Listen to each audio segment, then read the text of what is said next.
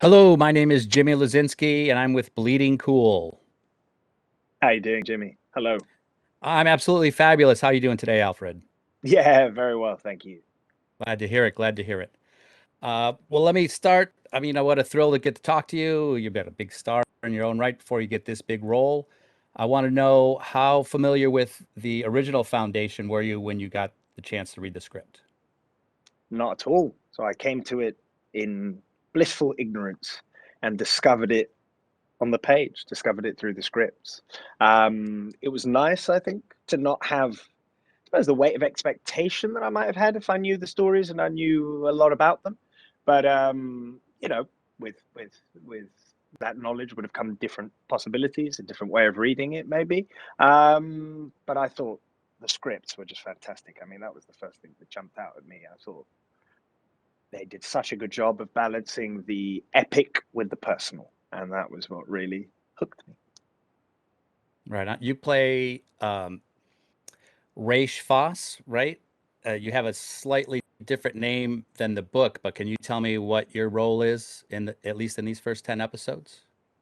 So Raych is Harry Seldon's assistant, I suppose you could say, but perhaps not the conventional assistant that you would imagine for a highbrow academic.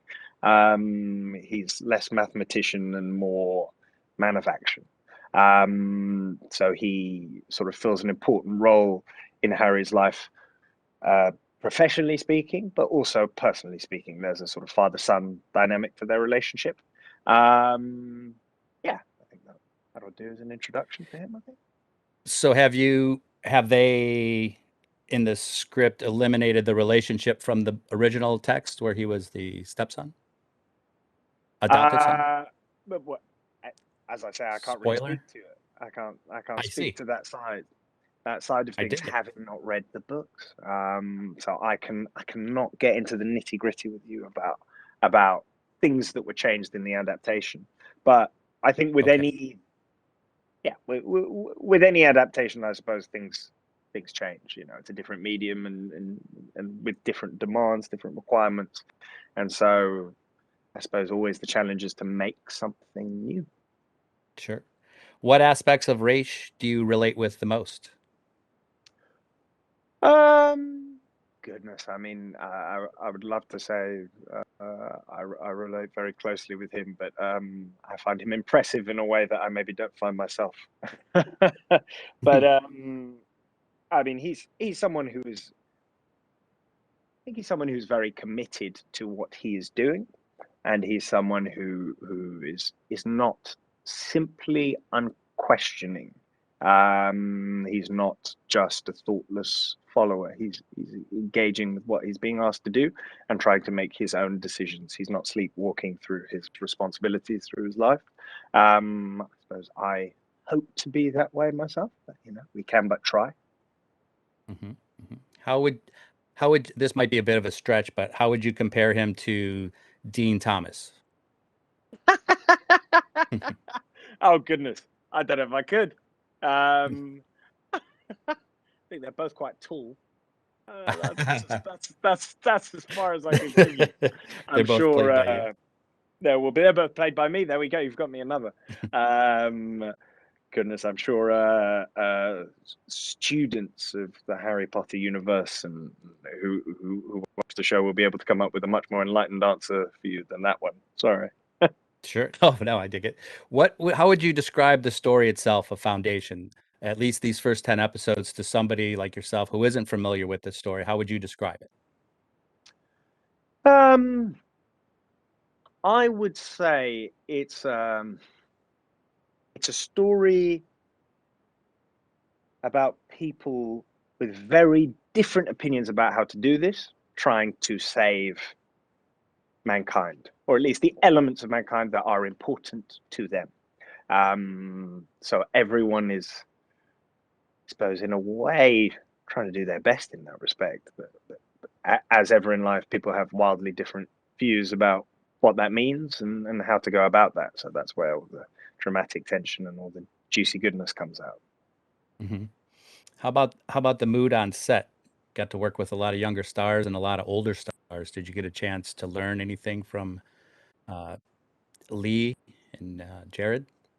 Always learning.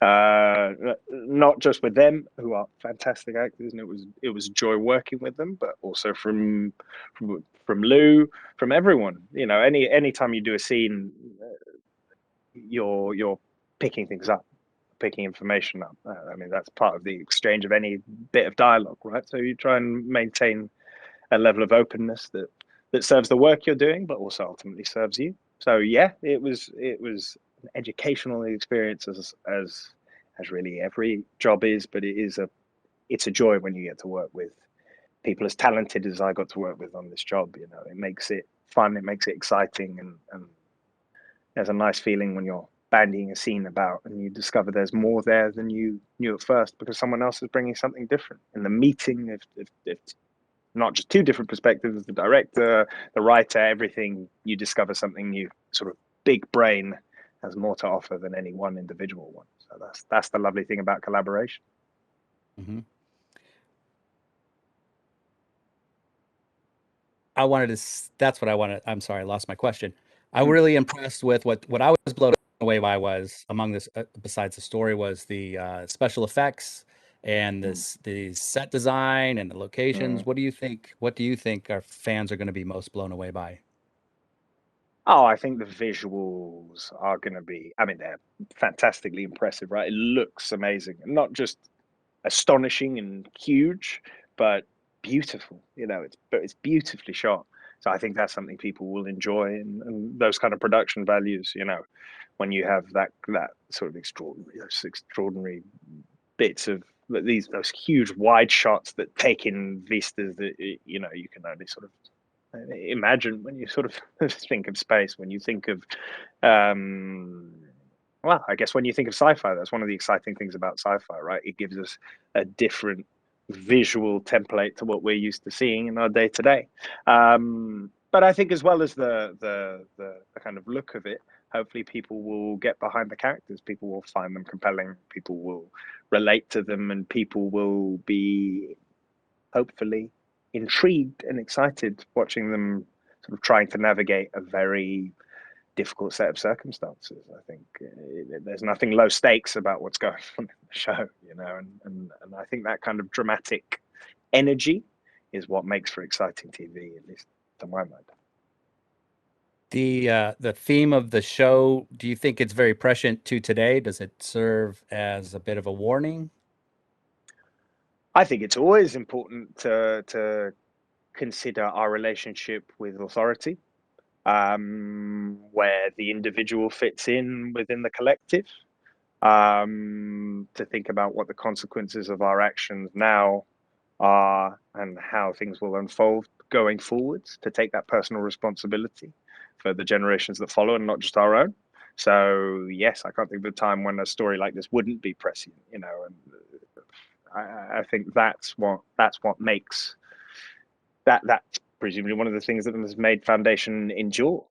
You know, that's why people love the story so much. That's why I've been having endless conversation with friends of mine who've read it and loved it, who are asking me all about it, who are excited to see it because they read the books and were sort of gripped by them and had their, you know, imaginations kind of broadened by them, but also were provoked to consider things. I think this is something we hope the show will do, and continue in that tradition. Mm-hmm. Let's see. On my way, I got to bring this plane in for a landing. So on my way out the door, I wanted to ask you, when I was a young child, I used to have to get up earlier than my brother to beat him to the couch so I could get my favorite spot to watch our Saturday morning cartoons.